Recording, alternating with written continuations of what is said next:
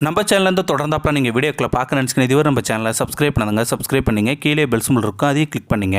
வாங்க வீடியோக்குள்ளே போகலாம். அவள் பெயர் அன்புச்செல்வி, வயது 27. திருச்செந்தூர் மாவட்டத்திலிருந்து குடும்ப வறுமை காரணமாக சென்னை மாநகரம் நோக்கி பயணமாக சென்ற சாதாரண குடும்ப பெண் அவள். தந்தை பெயர் ராமலிங்கம். தாய் தன் இளம் வயதிலே தவறிவிட்டாள்.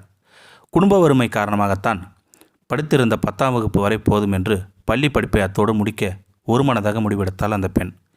17 வயதில் புத்தகத்தை கையில் ஏந்தியவாறு பாடசாலை சென்று படிக்க துடிக்கும் வயதில் பிழைப்புக்காக பிறந்த ஊரை விட்டு வேலை தேடி ஓட வேண்டிய சூழலுக்கு தள்ளப்பட்டாள் அந்த பெண். ஆரம்பத்தில் கண்ணியம் தவறாக கிராமத்து குலவிளக்காக திகழ எண்ணிய ஒவ்வொரு கம்பெனியாக ஏதாவது வேலை கிடைக்குமா என ஏறி இறங்கும் ஆரம்பித்தாள் அந்த பெண். அவள் செல்லும் இடமெல்லாம் பணக்கார முதலைகள் முதலாளி என சிம்மாசனம் பெற்று அமர்ந்திருந்தனர். தன் குடும்பம் பற்றிய கவலை அனைத்தும் இதயத்தில் தோன்றி கண்களில் கண்ணீராக வழிகின்றன. இப்படியே 2 மாத காலமாக வேகமாக உருண்டோடின. அன்று வழக்கம்போல் அதிகாலை எழுந்து தன் நாளின் தொடர்ச்சியான வேலைகளை தொடங்க ஆரம்பித்தாள் அந்த பெண். ஆதவன் எழும்பும் முன்பே தன் பால்மேனியை குளிர்ந்த நீரால் சுத்தம் செய்து வழக்கம்போல் முருகன் படத்திற்கு விளக்கு ஏற்றியவரே கண்மூடி வணங்க ஆரம்பித்தாள். பாவம், அன்றுதான் அவள் வாழ்வை மாற்றப் போகும் நாள் என்று அந்த பாவிக்கு தெரியாமல் போய்விட்டது. பசியின் உச்சத்தில் இருந்தவள் அமர்ந்து உண்ணக்கூட நேரம் இல்லாமல் நின்றவரே காலை உணவை முடித்துவிட்டு தன் வீட்டின் கதவை பூட்டிவிட்டு அங்கிருந்து நகர ஆரம்பித்தாள் அந்த பெண். நடக்கும் வழி எங்கு தன் குடும்பத்தின் சூழலை மெல்ல அசை போட்டுவிட்டு எப்படியாவது இன்று செல்லும் நேர்முகத் தேர்வில் நான் தேர்வாகிவிட வேண்டும், தனக்கு வேலை கிடைத்துவிட வேண்டும் என்று முருகனின் விண்ணப்பத்தை போட்டாள்.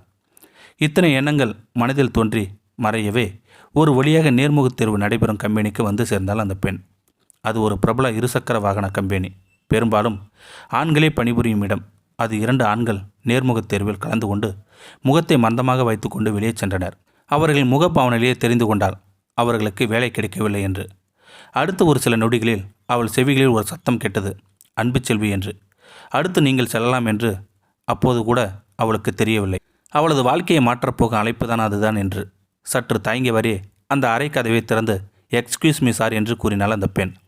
முதலாளி இருக்கையில் அமர்ந்திருந்த ஒரு 25 வயது நிறைந்த ஒரு இளைஞன் அவளை உள்ளே வரச் சொல்ல அவளும் அறையினுள் நுழைந்தாள். ஏதேதோ வினாக்கள் வரிசையாக தொடுத்தான்.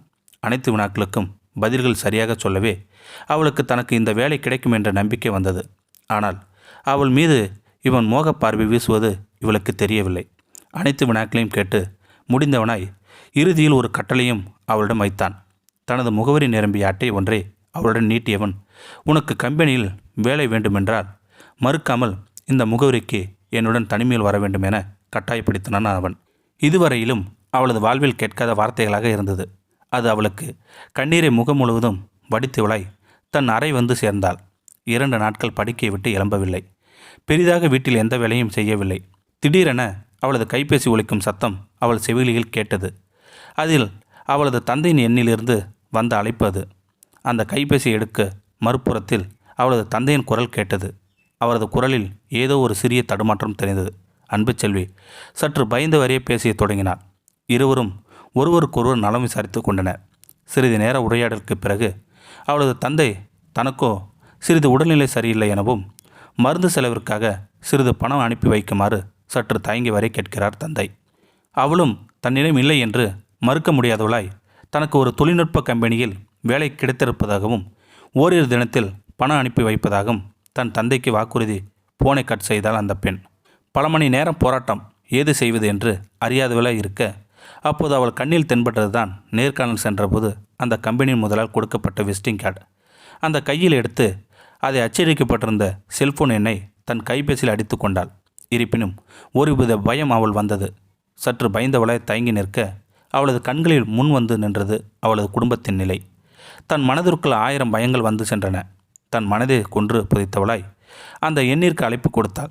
சில நிமிடம் தாமதத்திற்கு பின்னால் மறுபுறத்தில் ஒரு ஆணின் குரல் இவள் செவிகளில் விழுந்தது. சற்றே தயங்கவளாய் பேச ஆரம்பித்தாள் அந்த பெண். தான் அவர் கூறிய விஷயத்திற்கு ஒப்புக்கொள்வதாகவும் அவனிடம் கூறினாள். அவனும் ஒரு முகவரியை கொடுத்து மாலை 7 மணி அளவில் அந்த முகவரிக்கு வருமாறு அழைப்பு விடுத்தான். அவளும் சற்று தயக்கத்தோடு சரி என்றவரே அழைப்பை துண்டித்தாள். அழைப்பை துண்டித்தவள் கண்களில் காற்றாய் கொட்டியது கண்ணீர் துளிகள். 3 மணி நேரம் முழுமையாக அழுது தீர்த்தவளாய் மாலை அவளது குடும்பத்திற்காக செய்யப்போகின்ற காரியத்திற்கு தயாராக ஆரம்பித்தாள் அந்த பெண். கண்களில் கண்ணீர் மட்டும் நிற்காமல் வந்து கொண்டே இருந்தது.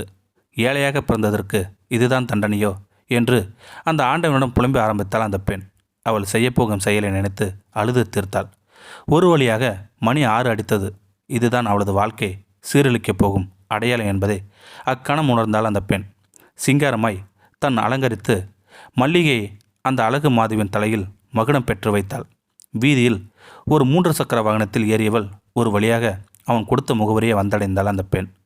அவள் மனதில்தான் இதுவரை காணாத அளவிற்கு பயம் அவளை அதிகமாக வாட்டி வதைத்தது. தயங்கி தயங்கி சென்று அந்த வீட்டு வாசலில் அமைந்திருந்த அந்த அழைப்பு மணியை பொத்தானை அழுத்தினாள். அந்த வீட்டில் கதவை ஒரு ஆண்மகன் திறந்து கண்டான். அவள் வேறு யாரும் இல்லை, தன்னை வேலைக்காக தனிமைக்கு அழைத்த அரக்கன்தான் அவன் என்பதை கண்டுகொண்டாள் அந்த பெண்.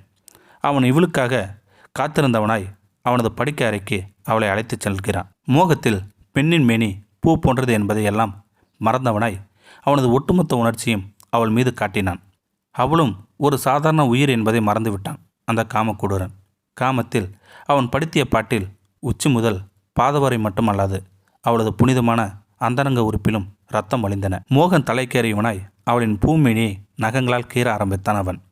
குங்குமப்பூ பாதமும் கலந்த தன் மகளுக்கு நித்தமும் கொடுத்து அவளது தந்தையின் முகம் அவளது கண்முன்னே வந்து சென்றது. 1 மணி நேரம் உடலாலும் மட்டுமல்லாமல் மனதாலும் அவளை கொன்று புதைத்து விட்டான் அந்த காமக்கூடரன். வீட்டின் வறுமை அது விட்டால் வேறு வழியும் தெரியவில்லை அவளுக்கு. அவனது ஒட்டுமொத்த உணர்ச்சியும் அவள் மூலம் தீர்த்தவன் அவளை ஒரு பெண் என மறந்துவிட்டான் போல. எல்லாம் முடிந்தவனாய் இறுதியில் கட்டுக்கட்டாக பணத்தை அவளிடம் தூக்கி எறிந்தவன்.